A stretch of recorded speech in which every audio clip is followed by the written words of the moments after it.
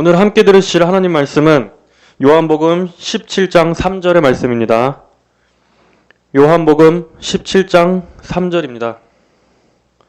다 피셨으면 한 목소리로 읽어보겠습니다. 시작. 영생은 곧 유일하신 참 하나님과 그의 보내신 자 예수 그리스도를 아는 것이니다. 아멘. 2009년에 한국에 출간된 마이크 로튼의 그리스도 없는 기독교라는 책이 있습니다. 그 책의 내용은 교회의 중심에서 성경적인 복음 선포와 그리스도가 사라지고 대신 그 자리를 여러 프로그램들과 비성경적인 영성운동, 세속적인 처세술이 차지해서 교회가 그리스도의 중심에서 점차 인간 중심이 되어버리고 세상 문화의 포로가 되어버린 현대 기독교를 비판한 책입니다. 그로부터 시간이 지난 지금 그리스도 없는 기독교를 넘어 이젠 하나님 없는 기독교가 되어버린 것은 아닌가 하는 생각이 듭니다. 마찬가지로 현재 교회에서 전해지고 있는 메시지는 하나님이 아닌 하나님의 이름을 빙자한 세상의 잡다한 이야기들로 넘쳐나고 있기 때문입니다. 이 세상이 전하는 성공과 번영, 위로와 격려의 메시지에 하나님의 이름만 끼워놓은 그런 인본주의와 성공주의에 물든 것이 교회 강단의 현실입니다. 교회는 무엇보다 하나님으로 풍성해야 합니다. 교회가 하나님이 아닌 세상의 엔터테인먼트나 인문학으로 풍성하다면 과연 그곳을 진정한 의미에서의 교회라고 할 수 있습니까? 교회에서마저 하나님에 대해 들을 수 없고 인간의 장으로만 가득하다면 우리는 도대체 어디에서 하나님을 들을 수 있겠습니까? 하나님의 이름은 거론한다고 해도 성경에 하나님에 대해서 균형 있고 온전하게 드러내지 않거나 또는 삼위일체 하나님께서 가장 높은 주제로 전면에 드러나 있지 않다면 하나님에 대해 바르게 전하지 않는 것입니다. 그것은 하나님을 가감하여 전하는 것입니다. 하나님이란 이름만 들어갔다고 해서 그것이 곧 하나님에 대해 말하는 것은 아닙니다. 그 하나님은 어떤 하나님이십니까? 그 하나님은 성경의 하나님입니까? 과연 오늘날 성도들이 성경의 하나님에 대해 공통된 믿음과 이해를 가지고 있다고 볼 수 있습니까? 지금은 참으로 혼란스러운 때입니다. 하나님을 믿는다고 하는 교회 안의 신자들 사이에서도 각자 저마다 다른 하나님을 이야기합니다. 하나님에 대한 많은 의견 충돌이 일어나고 있습니다. 성경의 하나님이 아닌 내가 만난 하나님이 더 우선합니다. 자신의 주관적인 생각이 성경 계시보다 더 위에 있습니다. 이러한 불일치의 가장 밑바탕에는 하나님이 누구신가, 하나님의 속성과 성품은 어떠하신가에 대한 지식의 부재가 그 원인이라고 할 수 있습니다. 성도는 우선적으로 하나님을 알아야 합니다. 우리가 믿는 대상이 누구인지를 알지 못하고 믿는다면 그것은 맹목적인 믿음일 뿐입니다. 그런 믿음은 이방 종교에서도 믿는 믿음입니다. 에이든 토저는 하나님을 아는 것의 중요성에 대해 이렇게 말했습니다. 교회가 안고 있는 큰 문제들 중 하나는 하나님이 어떤 분인지 제대로 알지 못한다는 것이다. 만약 교회가 지금이라도 하나님을 제대로 안다면 수많은 설교자들이 전국을 누비며 하나님이 어떠한 분이신지를 설교할 것이다. 또한 목회자들과 교사들이 하나님의 본질에 대해 다시 얘기하기 시작할 것이다. 그리고 우리의 신앙이 반석 위에 올려져 큰 힘을 발휘할 것이다. 만약 교회가 하나님이 누구신가부터 제대로 가르쳤다면 좀 더 많은 영혼들을 건질 수 있었을 거라 생각합니다. 많은 이들이 신앙생활을 바르게 출발하고 건전한 신앙 지식 위에서 신앙생활을 하는데 도움을 줄 수 있었을 겁니다. 단지 새신자 교육 때만 하나님에 대해서 잠깐 가르치는 것이 아니라 매 설교마다 하나님에 대해 풍성하게 전한다면 교회는 진정으로 하나님께서 좌정하시는 그 영광과 임재를 누릴 수 있을 것이라 믿습니다. 하나님을 아는 지식, 즉 신로는 모든 교리의 기초입니다. 성경의 많은 교리들은 먼저 하나님의 속성과 성품을 먼저 알지 않고서는 이해될 수 없습니다. 예를 들어 하나님의 주권, 예정, 섭리듬과 같은 교리들은 먼저 하나님이 어떤 분인가를 알아야 하는 것이 우선되어야 합니다. 오늘날까지도 끊임없이 계속되고 있는 예정론에 대한 비난도 그렇습니다. 하나님께서 어떻게 창세 전에 구원받을 자를 미리 택하시고 또 유기할 자를 택해 놓으셨는지, 어떻게 사랑의 하나님께서 그러실 수 있느냐 하는 많은 반대가 있습니다. 하지만 그런 문제들을 예정론 자체에서부터 시작하면 당연히 이해할 수 없지만, 그 전에 먼저 하나님의 주권과 섭리에 대한 지식이 있으면 예정론이 단순히 칼빈이 만들어낸 악마의 교리가 아니라 성경에서 일관되게 나타나는 명백한 교리이며 하나님의 주권에 지극히 합당한 교리이며 또 하나님의 속성에도 전혀 모순되지 않는 교리임을 인정하고 받아들이게 될 것입니다. 이처럼 하나님을 아는 지식은 우리가 갖고 있는 여러 가지 신앙의 많은 난제들을 해결해주는 유익이 있습니다. 또한 성도들의 실제 신앙생활에서도 마찬가지입니다. 하나님을 알지 못하면 여러 가지 신앙의 혼란과 또 하나님에 대한 의문과 회의를 가지게 됩니다. 또 고난이나 여러 가지 환난을 겪게 하시는 이유에 대해서 알지 못한 채 하나님에 대한 막연한 불평과 원망을 갖게 되기도 합니다. 그리고 때로는 하나님께서 마치 얼굴을 가리시고 아무 응답도 없는 것처럼 놔두시는 그런 영적인 어려움에 답답해하고 방황하며 많은 시간을 낭비하기도 합니다. 하지만 하나님을 아는 지식은 이러한 여러 가지 신앙생활에서 여러 가지 시험과 고난과 방황의 때에 우리가 흔들리지 않고 견고한 믿음으로 살아갈 수 있는 힘이 되어줍니다. 하나님께서 하시는 많은 일들에 대해 믿음의 눈으로 바르게 해석할 수 있도록 도움을 줍니다. 그러므로 하나님에 대한 교리를 배우는 것은 많은 오류와 혼란을 방지해 주는 것뿐만 아니라 성도가 일평생 믿음의 길을 걸어가며 하나님 안에서 영적인 힘과 능력을 공급받게 되는 원천이 되는 교리라고 할 수 있습니다. 성경은 이렇게 말씀하고 있습니다. 영생은 곧 유일하신 참 하나님과 그의 보내신 자 예수 그리스도를 아는 것이니이다. 구원은 먼저 하나님을 아는 것입니다. 하나님의 이름을 들어봤다고 해서 아는 것이 아닙니다. 신앙의 본질은 하나님의 속성과 성품을 통해 하나님의 영광을 보는 것입니다. 이것으로부터 출발해야 합니다. 이것을 모르면 영생이 없습니다. 구원이 없다는 말입니다. 하나님을 제대로 알지 못하면 우리의 구원론에도 아주 큰 치명적인 영향을 미칩니다. 예를 들어 하나님의 거룩하심을 모르면 죄도 모를 뿐더러 심판의 당위성도 모릅니다. 하나님 앞에 자신이 왜 심판받아 마땅한 존재인지도 알 수 없습니다. 그러면서 예수님을 믿는다고 하는 것은 모순입니다. 순서가 잘못된 것입니다. 하나님의 의로우심을 모르는데 어떻게 자신이 죄인임을 알 수 있으며 또 하나님의 의로우심을 안다면 어떻게 인간이 자기의 힘으로 그 의를 만족시키려는 시도를 하려고 하겠습니까? 하지만 오늘날은 마치 인간이 자신의 힘으로 구원을 이룰 수 있는 것처럼 가르치고 있습니다. 그리고 그 교리 위에 신학이 세워져 있습니다. 그렇기 때문에 신자들이 행위주의와 공로주의 신앙으로 하나님을 잘못 섬기고 있는 것입니다. 하나님에 대한 잘못된 가르침은 기독교의 모든 교리를 왜곡시킬 뿐만 아니라 한 영혼의 구원과 멸망에도 영향을 미칠 수 있는 아주 중요한 문제입니다. 하나님의 속성과 성품에서 출발하지 않는 믿음은 대부분 성령으로 거듭난 믿음이 아닌 자기의 신념일 가능성이 많습니다. 이것은 인간 안에서 출발한 가짜 신념과 위로부터 성령의 인치심을 통해 주어진 참 믿음을 구별짓는 아주 중요한 요소입니다. 교회를 아무리 오래 다녀도 또 교회 생활을 아무리 열심히 해도 또 자신이 무슨 직분이 있다고 한다 할지라도 하나님 그분 자체의 영광에 대해서 조금도 영적으로 알지 못한다면 정말 자신이 진정으로 하나님을 만난 적이 있는가 진지하게 고민해 보셔야 합니다. 하나님을 모르면 그 어떤 믿음도 아무 의미가 없습니다. 그 어떤 종교적 열심도 의미가 없습니다.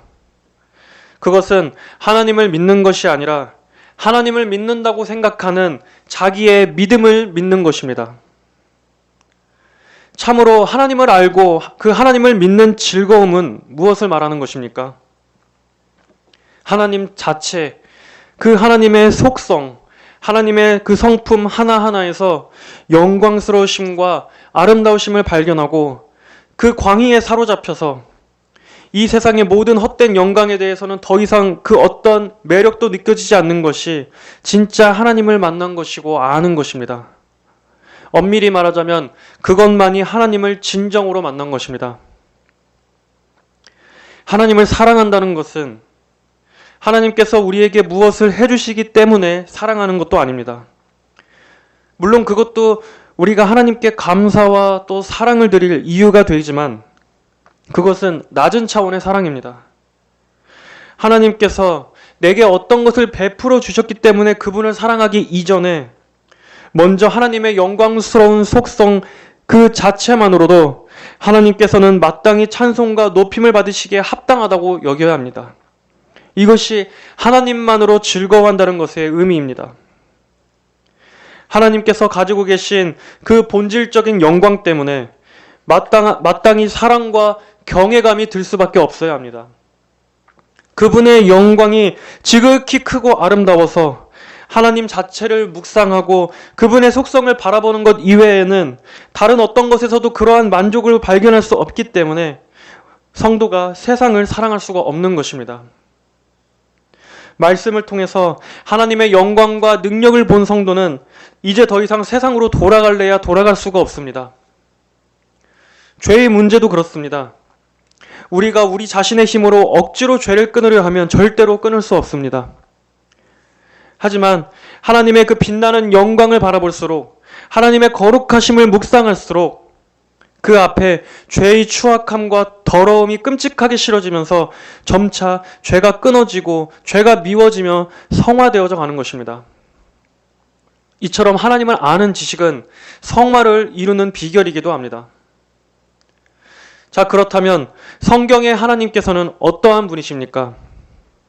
성경은 만물의 근원이시며 모든 피조물을 초월하시면서 동시에 만물의 모든 부분에 내재하시며 자존적이며 자아의식적이며 인격적인 존재가 계신다고 선언합니다.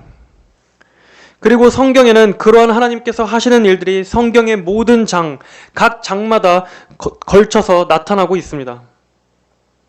하나님께서는 만물의 근원이십니다. 로마서 11장 36절은 말씀합니다. 이는 만물이 주에게서 나오고 주로 말미암고 주에게로 돌아감이라. 또한 사도행전 17장 23절은 우리가 그분 안에서 살고 움직이고 존재한다고 말씀하고 있습니다. 하나님께서는 세상을 지으신 창조주이시며 생명의 주권자이십니다. 온 우주의 피조물은 다 하나님 안에 있습니다. 하나님을 떠나서는 그 어떠한 것도 존재할 수 없습니다. 우주의 모든 만물이 하나님의 존재하심을 증거하고 있습니다. 모든 별과 지구의 동식물과 아주 작은 미세한 생물까지도 모두 하나님의 성품을 계시하고 있습니다. 로마서 2장 20절은 자연 계시에 나타내신 하나님의 속성과 영광에 대해 말씀하는 구절입니다.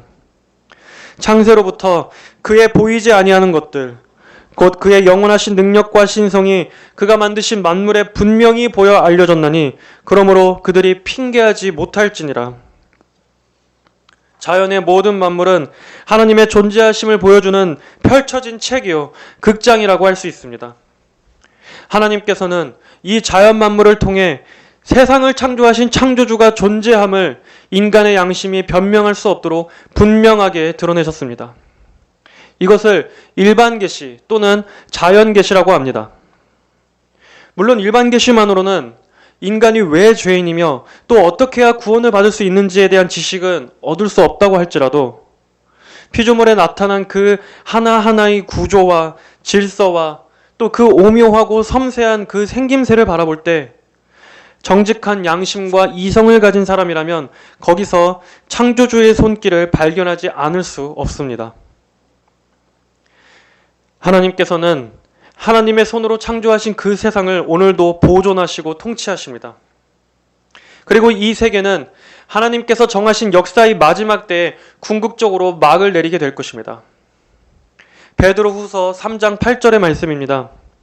사랑하는 자들아, 죽게는 하루가 1000년 같고 1000년이 하루 같다는 이 한 가지를 잊지 말라. 주의 약속은 어떤 이들이 더디다고 생각하는 것 같이 더딘 것이 아니라 오직 주께서는 너희를 대하여 오래 참으사 아무도 멸망하지 않고 다 회개하기에 이르기를 원하시느니라. 그러나 주의 날이 도둑같이 오리니 그날에는 하늘이 큰 소리로 떠나가고 물질이 뜨거운 불에 풀어지고 땅과 그 중에 있는 모든 일이 드러나리로다. 또한 요한계시록 22장 13절에서는 말씀하고 있습니다. 나는 알파와 오메가요 처음과 마지막이요 시작과 마침이라. 하나님께서 세상의 문을 여시고 하나님께서 닫으십니다. 그런 점에서 시간이라는 것도 하나님의 창조의 결과입니다. 시간이라는 것이 있기 전 우리의 이성으로는 감히 이해할 수도 없는 영원의 때부터 하나님께서는 홀로 존재하셨습니다. 제임스 패커는 이 영원이라는 개념에 대해서 비유하기를 몇천 년마다 한 번씩 오는 새가 그 해수욕장에 있는 그 모래사장에 있는 모래 한 알갱이를 물고 날아간 다음에 또 몇천 년 만에 한 번 와서 또 모래 알갱이 하나를 물고 가는 그 일이 계속 반복되는 그런 정도의 시간이라고 비유했습니다. 그만큼 영원이라는 것은 우리의 상상 밖의 개념이라고 할 수 있습니다. 그때는 우주도 하늘도 없었으며 심지어 천사들조차 존재하지 않았던 때입니다. 아무것도 존재하지 않던 그 영원의 시간에 오직 삼위일체 하나님께서만 홀로 존재하셨습니다. 하나님께서는 그 아무것도 없던 때에 말씀으로 만물을 창조하셨습니다. 하나님의 창조는 그 어떤 기존 재료에 의존하지 않은 무로부터의 창조입니다. 그것은 하나님의 권능을 나타내는 역사입니다. 하나님께서는 오직 그분의 말씀만으로 이 세상을 지으셨습니다. 하나님께는 그 어떤 것도 의존하실 필요가 없습니다. 하나님의 창조 사역 역시 외부로부터의 어떤 명령이나 요구나 강요에 의한 것이 아닙니다. 하나님께서 창조해야 할 의무와 책임을 가지신 것도 아닙니다. 하나님께서 세상을 창조하신 이유는 오직 하나님의 주권적인 결정에 의한 것입니다. 그러나 인간의 교만함은 마치 하나님께서 인간에게 종속된 것처럼 신이라면 이래야 되지 않겠냐며 하나님께서 마치 우리에게 갚아야 할 빚이 있는 것처럼 생각합니다. 다 하나님이 누구신지 모르기 때문에 짓는 죄입니다. 하나님의 창조는 하나님 자신의 영광을 위한 것입니다. 인간이 자기의 영혼을 위해서 행하는 것은 교만이요 자기 자랑이지만 하나님께서 자신의 영광을 위하시는 것은 지극히 합당한 것입니다. 예를 들어 우리는 마땅히 칭송받아야 할 존재가 박수받는 것은 합당하다고 생각합니다. 그런데 하나님 입장에서 하나님께는 하나님 말고 더 탁월한 존재가 없습니다. 그런 하나님께서 스스로의 영광을 기뻐하시고 또 자신을 위해서 일하시는 것은 마땅한 것입니다. 오히려 그럴수록 더 좋은 것입니다. 하나님께서 자신의 명예를 위해서 섭리하실 것이므로 절대 하나님 자신의 그 이름과 그 명예와 그 영광과 모순되도록 세상을 인도하지 않으실 것이기 때문입니다. 하나님께서 자신의 영광을 위해서 역사하신다는 사실은 오히려 성도로 하여금 모든 것이 합력하여 하나님의 목적대로 성취될 것을 끝까지 믿을 수 있는 위로의 교리입니다. 하나님께서는 스스로 자족하시는 분이시기 때문에 그 어떠한 것도 필요로 하지 않으십니다. 이것을 하나님의 자존성이라고 합니다. 무언가를 필요로 한다는 것은 무언가 부족한 것이 있다는 것을 뜻합니다. 우리 인간에게 있어서 충족이란 외부로부터 무언가를 가져와서 채울 때에만 만족을 얻을 수 있는 충족입니다. 우리는 그런 존재입니다. 우리는 그 무언가를 공급받지 못하면 살 수 없는 존재입니다. 인간이 아무리 잘났어도 결국 인간은 그렇게 약하고 의존적인 존재입니다. 하지만 하나님께는 그런 충족이 필요 없습니다. 하나님 자체가 완전하시며 충만하시기 때문입니다. 하나님은 그 어떠한 부족함도 없이 그 안에 완전함과 충만함을 가지고 계신 분입니다. 그렇기 때문에 그분은 수요자가 아니라 공급자가 되실 수 있는 것입니다. 하나님께서는 주시는 분이십니다.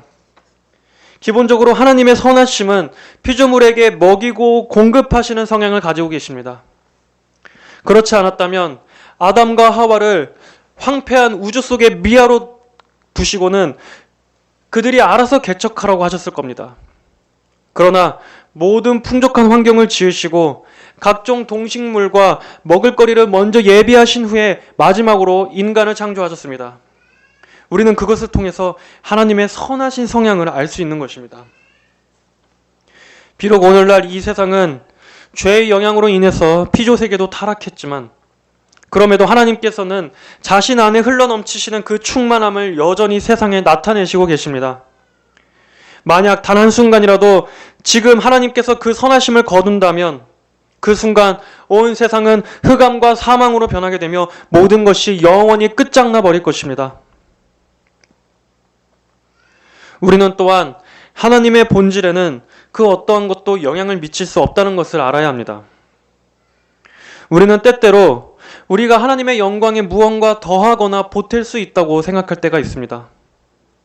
그러나 엄밀히 말하면 우리는 하나님의 본질적인 영광에 아무런 영향도 끼칠 수 없습니다. 심지어 하나님께 영광을 올려드린다는 우리의 고백이나 우리의 찬양도 하나님의 본질에는 조금도 더하거나 보탬이 될 수 없습니다. 그만큼 하나님께서는 독립적이고 자존하시는 분입니다. 하나님은 절대로 피조물에 의해 영향을 받으시거나 피조물에 의해 좌지우지되지 않으십니다.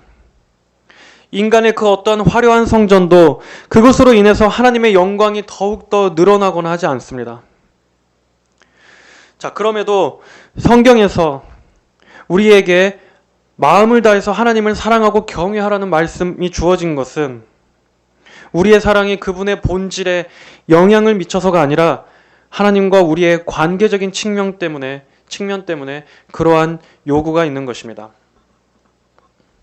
오히려 그 어떤 애정도 필요로 하지 않으신 분께서 자신의 형상을 닮은 인간을 창조하시고 그 인간을 구원하시기 위해 독생자를 죽이시면서까지 사랑하셨다는 것이야말로 이해할 수 없는 큰 은혜라고 할 수 있습니다. 또한 이 사실은 마찬가지로 하나님에 대한 인간의 조롱이나 불경스러운 언행도 하나님의 본질적인 영광에 조금도 흠집을 내거나 그분의 영광을 더럽히거나 할 수 없다는 사실을 알게 해줍니다. 그것은 하나님께서 마치 돌부처처럼 죽은 우상이어서가 아니라 악인들의 어떤 공격에도 그들의 조롱에도 반격할 수 없는 그러한 죽은 신이 아니라 그만큼 우리가 그 어떤 영향도 미칠 수 없을 정도로 하나님께서 무한히 높고 크시다는 사실입니다. 예를 들어 개가 하늘을 나는 비행기를 보면서 아무리 지저대도 그 비행기에 아무 영향도 끼칠 수 없는 것처럼 세상의 모든 악한 권세들이 서로 손을 잡고 연합하여 하나님을 대적한다고 해도 하나님께서는 하늘에서 그들을 비웃으십니다. 하나님께는 그 어떤 대적자도 그저 손가락으로 지그시 누르시는 것만으로도 충분합니다. 이것은 우리가 중요하게 인식해야 할 주제입니다. 우리가 묵상해야 할 것은 하나님께서 얼마나 지고하신 분이신지에 대한 인식입니다. 지고하다라는 뜻은 무엇과도 비교할 수 없을 정도로 더할 수 없이 크고 높다는 뜻입니다. 이 말은 그만큼 하나님과 피조물 사이에는 무한한 거리가 있다는 말입니다. 이 진술은 우리 인간이 하나님 앞에 얼마나 작은 존재인지를 말해줍니다. 이 작다라는 표현조차 적절하지 않을 만큼 하나님과 인간의 거리는 우리의 이성으로는 감히 이해할 수 없을 만큼의 무한한 거리가 있습니다. 이사야 55장 9절은 말씀하고 있습니다. 이는 하늘이 땅보다 높음 같이 내 길은 너희의 길보다 높으며 내 생각은 너희의 생각보다 높음이니라. 또 디모데전서 6장 16절은 말씀합니다. 오직 그에게만 죽지 아니함이 있고 가까이 가지 못할 빛에 거하시고 어떤 사람도 보지 못하였고 또 볼 수 없는 이시니 그에게 존귀와 영원한 권능을 돌릴지어다. 인간 중 그 누구도 이러한 하나님의 속성을 실제로 대면한다면 단 한 사람도 살아남을 수 없습니다. 불완전하고 흠결이 있는 존재는 그 무엇도 하나님 앞에 서면 즉시 목숨을 잃습니다. 하나님의 완전하신 거룩하심이 그를 치시기 때문입니다. 하지만 그런 하나님께서 친히 이 땅에 내려와 낮고 천한 인간의 몸을 입으시고 죄인들과 함께 거하시며 또한 죄인들의 모욕과 침뱉음을 당하시며 우리의 구원을 이루셨다는 사실은 얼마나 이해할 수 없는 놀라운 일입니까? 우리가 하나님의 속성과 신적 성품을 아무리 알아도 인간은 결코 자기의 이성으로 하나님을 알 수 없을 뿐더러 하나님의 본질에 대해 아주 작은 조각마저도 이해할 수 없을 것입니다. 그만큼 하나님께서는 만물 위에 계시며 만물을 초월하여 계십니다. 그럼에도 우리가 그분을 미지의 존재로 막연하게 아는 것이 아니라 우리가 믿고 사랑하고 인격적으로 그분을 알 수 있는 것은 바로 하나님께서 우리에게 성경을 통해 자신을 알려주셨기 때문입니다. 무한하시고 영원 불변하신 그 하나님께서 피조물인 인간이 자신을 알 수 있도록 우리에게 계시를 주신 것이야말로 하나님의 크신 은혜이자 호의인 것입니다. 자, 여기서 여러분들이 오해하지 말아야 할 것이 있습니다. 하나님께서 그토록 크시고 피조물과 무한한 거리가 있다고 해서 마치 하나님께서 이 세상을 만드신 후에 더 이상 그 어떤 개입도 없이 무심하게 세상을 방치해 두셨다고 오해해서는 안 됩니다. 그것을 이신론이라고 합니다. 그러나 그것은 하나님께 대한 잘못된 이해입니다. 성경은 하나님께서 세상과 구별되어 계시지만 어느 누구로부터도 멀리 떠나 계시지 않으시며 모든 곳에 계셔서 모든 것을 보시고 모든 것을 다스리시는 분으로 나타나고 있습니다. 하나님께서는 오히려 그분을 찾는 자들에게 가까이 계시며 특별히 항상 성도를 늘 지켜주시고 우리의 기도를 들으시는 분으로서 성경에 계시되어 있습니다. 시편 145편 18절에는 여호와께서는 자기를 부르는 모든 자에게 곧 진실하게 그를 부르는 모든 자에게 가까이 계신다고 말씀하시며 이사야 55장 6절에는 여호와를 만날 만한 때에 찾아라 가까이 계실 때에 그분을 불러라고 말씀하고 있습니다.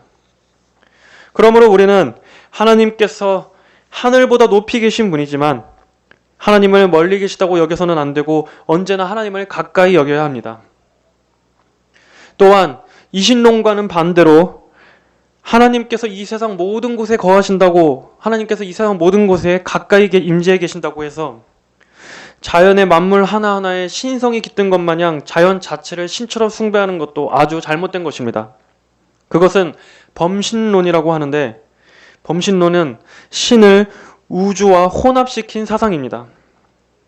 범신론의 특징은 인격적인 요소가 없다는 것입니다. 예를 들어 산이나 태양이나 또는 달이 인간에게 압도적인 경외감이 들게 한다고 해서 그것을 신처럼 섬기거나 또는 들에 핀 꽃 하나에도 신성이 있는 것처럼 여기는 그러한 것들이 바로 이러한 범신론입니다. 그러나 거기에는 인격적인 요소가 없습니다.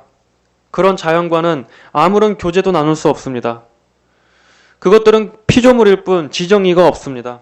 인간이 고안해낸 이규적인 사상일 뿐입니다. 하지만 성경에서는 하나님께서 인간과 맺으시는 관계를 통해서 하나님의 인격성을 알 수 있습니다.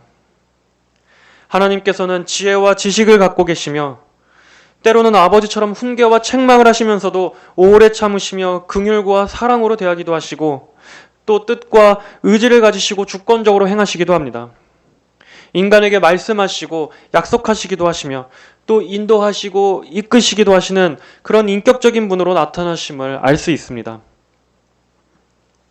이처럼 우리는 하나님에 대한 이런 이신론과 범신론과 같은 양극단의 오류를 조심해야 하며 하나님에 대한 지식을 항상 성경 자체에서 얻도록 해야 합니다. 자, 여기까지 우리는 오늘 우선 간략하게나마 하나님께서 만물의 기원이시며 또 하나님께서는 스스로 자존하시며 또 하나님은 크고 높으시다라는 것에 대해서 짧게 살펴보았습니다. 여러분, 성도가 늘 연구하고 묵상해야 할 지식의 대상은 하나님이십니다. 언제나 성도의 영혼을 가장 풍성하게 하는 것은 바로 하나님의 신성을 묵상할 때입니다. 이것은 여러분의 영혼에 힘을 주는 지식입니다.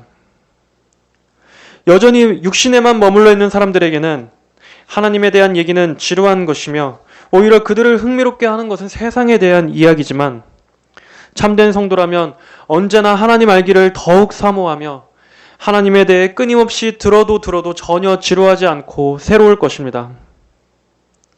하나님에 대한 참된 지식은 오직 성경에서만, 그리고 말씀을 통해 역사하시는 성령님의 내적인 사역을 통해서만 바르게 알고 믿을 수 있습니다. 이 주제는 우리의 상상력과 이해를 뛰어넘는 주제이기 때문에 인간의 모든 지식을 초라하게 만들고 그동안 우리가 자랑하던 세상적인 지혜를 부끄러운 것으로 만듭니다. 오늘날 우리는 하나님에 대한 정통교리는 다 무너지고 이 세상의 철학과 문화로 하나님마저 재단하며 난도질하는 시대에 살고 있습니다.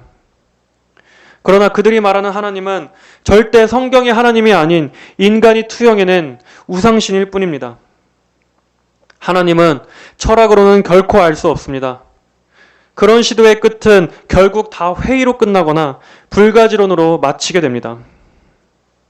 여러분은 불타는 떨기나무에서 하나님의 위엄과 첫 대면했던 모세처럼 이 거룩한 곳에서 여러분의 신을 벗으십시오. 여러분 자신의 지적 교만의 신발을 벗으십시오. 팔짱을 끼고 하나님에 대해 비꼬고자 하는 불신앙의 그 고집의 신을 벗으십시오. 그리고 객관적으로 정말 하나님을 알기를 원한다면 성경을 펴보시고 그 성경의 밝은 빛을 밝혀주시는 성령님께 기도하며 의지하시길 바랍니다. 우리가 참된 성경의 하나님을 알아갈수록 자신은 하나님 앞에 무능한 존재라는 사실만을 알게 될 것입니다. 그리고 온전히 찬양받고 높임받으실 분은 오직 하나님뿐이심을 고백하게 될 것입니다. 그렇게 될 때 우리는 하나님의 아름다움에 사로잡혀 오직 그것만을 간절히 사모했던 한 시편 기자와 같은 고백을 여러분도 하게 될 것입니다. 시편 27편 4절의 말씀입니다. 내가 여호와께 바라는 한 가지 일, 그것을 구하리니 곧 내가 내 평생에 여호와의 집에 살면서 여호와의 아름다움을 바라보며 그의 성전에서 사모하는 그것이라. 성령님께서 은혜를 주셔서 우리 모두에게 이 한 가지, 평생토록 여호와의 아름다움을 바라보기를 원하는 이 마음을 여러분 모두에게 주시기를 주의 이름으로 축복합니다. 기도하겠습니다. 살아계신 하나님 아버지 감사합니다. 지극히 크고 높으신 하나님에 대해 아버지 이처럼 한낱 피조물인 이 작고 비천한 저희들이 어떻게 그 주의 크심을 다 이해할 수 있겠습니까? 그럼에도 하나님께서 그 귀한 성경을 주셔서 우리에게 하나님 자신을 계시하여 주시고 또 하나님을 찾는 자마다 주님께서 하나님을 아는 은혜를 지식을 주시기로 약속하신 것을 감사합니다. 주여, 여호와를 기뻐하는 것이 우리의 힘이고 또 주님만이 우리의 무한한 기쁨과 능력과 생명의 원천이심을 믿습니다. 그런 하나님을 저희 모두가 더욱더 알고 사랑할 수 있도록 하여 주시옵소서. 모든 성도들이 하나님을 바르게 알고 믿을 수 있도록 늘 인도하여 주시고 우리 모두가 하나님의 그 아름다움을 날마다 바라보며 살게 하여 주시옵소서. 예수님의 이름으로 기도드립니다. 아멘.